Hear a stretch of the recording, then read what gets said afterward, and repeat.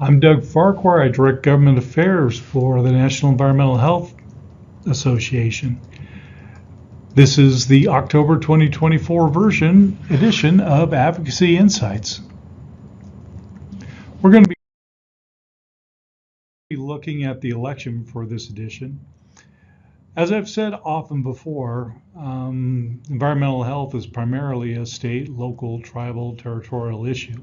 Federal government has much less to do with it than the state and locals.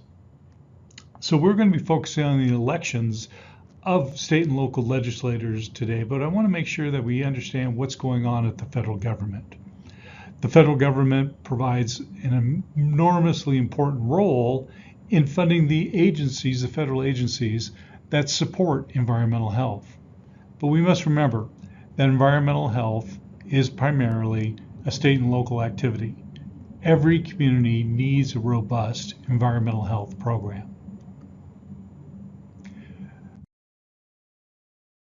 When we look at congressional elections, we have 435 seats that are up for election this year in the House, and 33 of the 100 seats in the Senate are up.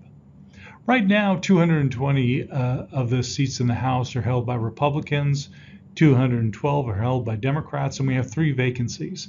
That means if the Democrats are able to flip 4 of those seats, then they'll take control. Right now, it looks pretty promising that the Democrats will flip a few seats just based on the number of Republican seats that are being defended in districts that President Biden won in 2020. But there are obviously no guarantees that things will go. There's about 40 to 50 House seats that are really in play that may go one way or another. And those are the ones most people are looking at. But right now, it's looking like it looks very promising for the Democrats in the House. In the Senate, on the other hand, even though it's run by the Democrats right now, the Republicans have a really good chance of taking control of the Senate. Right now, of the 33 seats that are up for election, 10 are held by Republicans, 19 are being held by Democrats, and another 4 are being held by independents that caucus with the Democrats. So basically, the Democrats are trying to defend 23 of the 33 seats. That's a big ask to do. And considering they can only afford to lose 2 seats, then it's real good likelihood that the Republicans will control the Senate in the next go-around. What that's going to mean is really going to have a huge impact on the appropriation. The appropriation for fiscal year 2024, which was supposed to be passed last October, is still waiting for final passage in both the House and the Senate. Depending on how the election will go, is going to depend on how the appropriations will be finalized. Both sides have come forward with the numbers on how much they want to fund each one of the agencies. There's a top line number for CDC. There's a number that they put out there for EPA. There's a number that they put out there for FDA. These are all still being negotiated. Depending on how the results of this election will determine how they will go forward. If it's very positive for the Republicans, they may wait till the inauguration of the new president before they come up with their final numbers for fiscal year 24.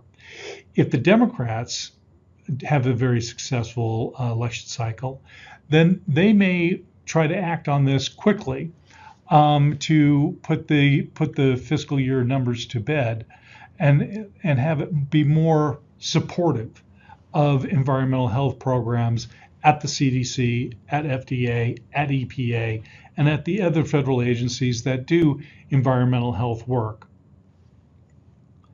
Now, when you look at the differences between what Congress does versus what the states, one of the most telling examples is how many bills that they've passed. Congress, in the 118th Congress, they've only passed 60 bills. Whereas during the same time period, in the states, they have enacted 30,000 616 bills during that same time period, which means that the states are much more active in passing policy than Congress is. So let's take a look at the state elections. Right now, we're seeing legislative races that will occur in 44 states. 4 states, Louisiana, Mississippi, New Jersey, and Virginia, are not having any elections this year. And another 2 states, Alabama being one of them, they aren't having an election this year as well because they run their election on the off-year cycles. Out of the 7,383 total state legislative seats out there, 5,808 are up for election. That's 76% of all seats. If you want to throw in DC, Puerto Rico, Virgin Islands, Guam, Northern Mariana, and Samoa, that will add another 143 seats to the mix. So they will be several seats up for election this year, and it's going to really determine how environmental health and how the states are going to be moving forward in the next few years. Right now, Republicans control 55% of all legislative seats. Democrats, they're controlling 44%. Now, in some states, that is going to be covering the entire legislative chamber. And what I mean by that is in some states, such as Idaho, you only have 3 or 4 Democrats in the entire legislature. Hawaii, on the other hand, they only have 1 Republican in the state Senate. So it kind of shows you that many states are either a democratically controlled or Republican controlled. They are not a lot of bipartisan states. That being said, we're still going to see which direction the states are going to go when it comes to either voting for Republicans or Democrats. Governors, we're seeing 11 state governor races and 2 territorial governor races. Now, there are only 3 incumbent races going on: Montana, Utah, and Vermont. The remaining 8 governor races and 2 territorial governor races, those are all electing first-time governors. These are people who've never been in office or in the governor's office before. So it's going to lead to kind of an interesting overview about how we are going to, how each one of the states are going to be run.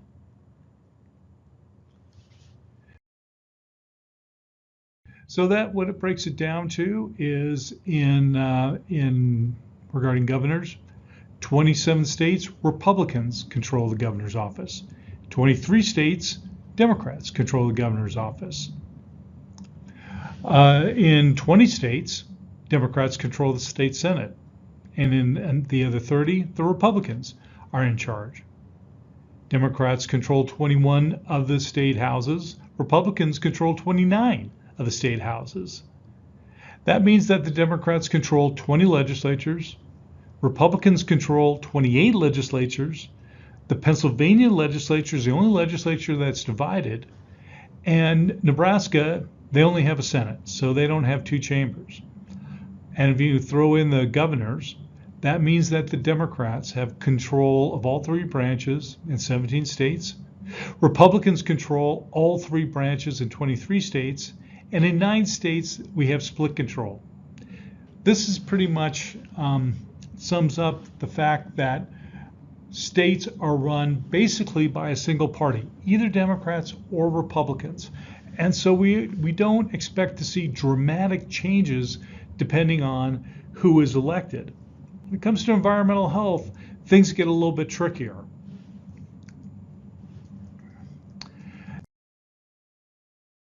Now, environmental health really covers the gambit.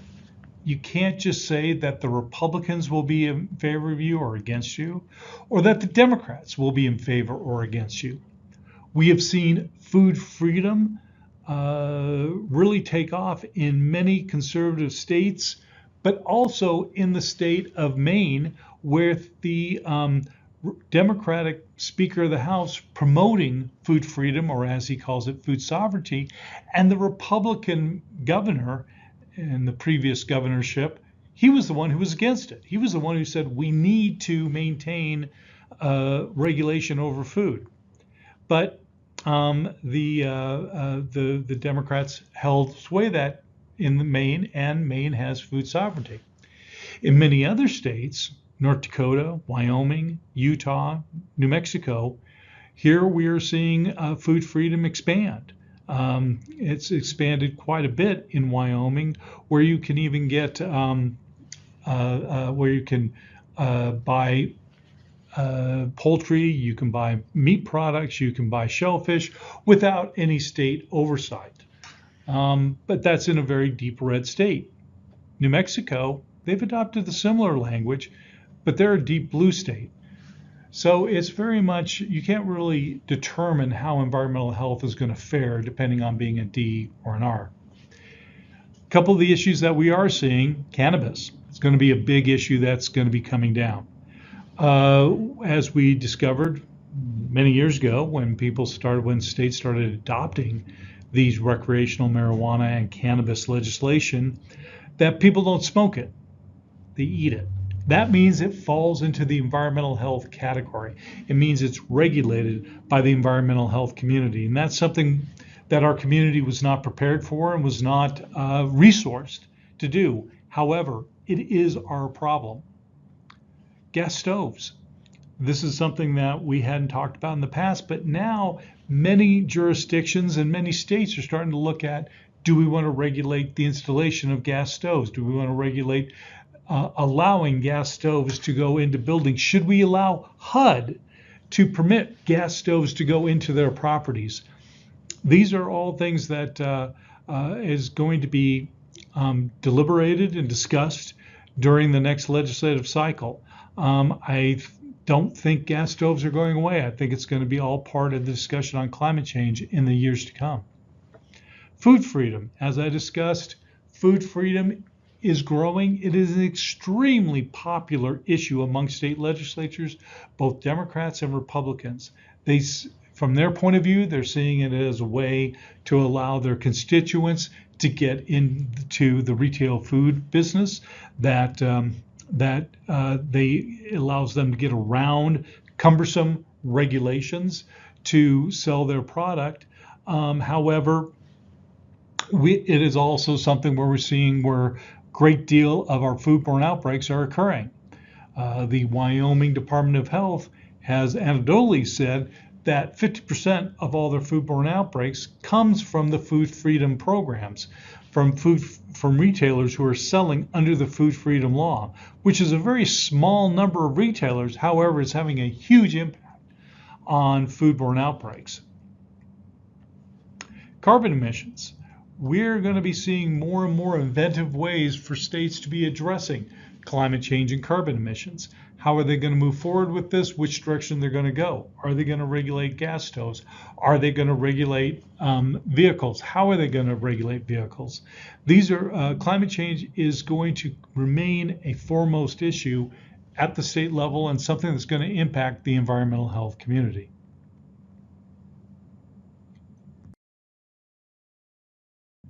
We need your voice out there. This is something I often say, and I will continue to say. Democracy requires deliberation. All sides must have a voice, or the policy is not going to be achievable. We need you to engage in policy, to work with your policymakers, to discuss activities with them. We need you to engage with policymakers. Now, many of you are unable to talk with your state or federal counterparts, but it's very important that in some manner you are able to engage with them. State legislators want to know what you're doing. They want to hear what's going on. They want to hear directly from the source what works, what doesn't work. What else you can do? Well, you can engage with NEHA. You can engage with your state affiliates. Here is a group that is not limited by their ability to talk to legislators or to lobby on your behalf. We can advocate on your behalf. We can work with you to advocate with officials. Texas has a very strong lobbying program, and they work directly with their state officials to promote different activities that's going to be beneficial to the profession, and is that going to make environmental health safer in the state of Texas. The state and local policymakers, they really honestly do want to hear from you. They want to know about environmental health. They want to hear from the workers who implement these policies. They want to know what works. They want to do good. My argument always is help them do good. Work with them, talk with them.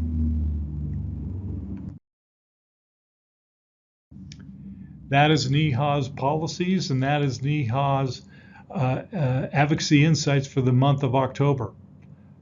Help us, work with us, join us. We are out there to lobby on your behalf. With that, I'm going to say thank you from Advocacy Insights.